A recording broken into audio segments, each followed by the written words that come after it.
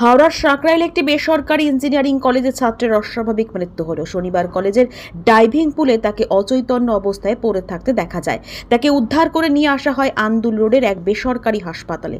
সেখানে কর্তব্যরত চিকিৎসকরা তাকে মৃত বলে ঘোষণা করেন। ওই ছাত্রের নাম কপিল কুমার, হিমাচল প্রদেশের বাসিন্দা। 1.5 মাস আগে এই কলেজে ভর্তি হয়।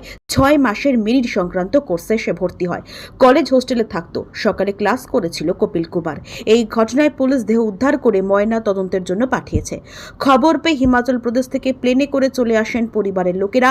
কান্নায় ভেঙে পড়েন বোন মনিকা। পরিবারের তরফে সাঁকরাইল থানায় খুনের মামলা রুজু করা হয়েছে। পুলিশের পক্ষ থেকে জানানো হয়েছে সঠিক তদন্ত হচ্ছে।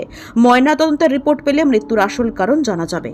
उन्होंने इनके अगेंस्ट पुलिस स्टेशन में एफआईआर लिखवा दिया है, बट हमें नहीं पता कि वो एक्शन लेंगे या नहीं लेंगे। ये सब लोग मिले हुए हैं, पुलिस वाले मिले, हम लोगों को बॉडी नहीं देखने दी है इन लोगों ने। कल से मॉर्निंग से हमने हम लोग सुबह से आए हुए हैं, सुबह 9 बजे से अभी जाके हम लोगों ने बॉडी देखी, वो भी इसलिए क्योंकि ये लोग उसे पोस्टमार्टम के लिए लेके जा रहे थे।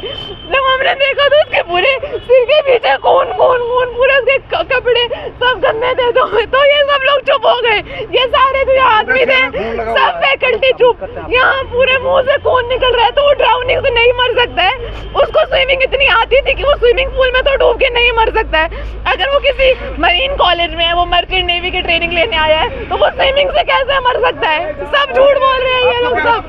দেখুন, যেটুকু আমরা কালকে দুপুরবেলা 1টা নাগাদ আমরা আইডেন্টিফাই করি, স্টুডেন্টরাই আইডেন্টিফাই করে সুইমিং পুল বন্ধ থাকা সত্ত্বেও অ্যাজ পার স্টুডেন্ট ওপিনিয়ন ছেলেটি তলা দিয়ে কোনো কারণে সুইমিং পুলে ঢুকেছিল।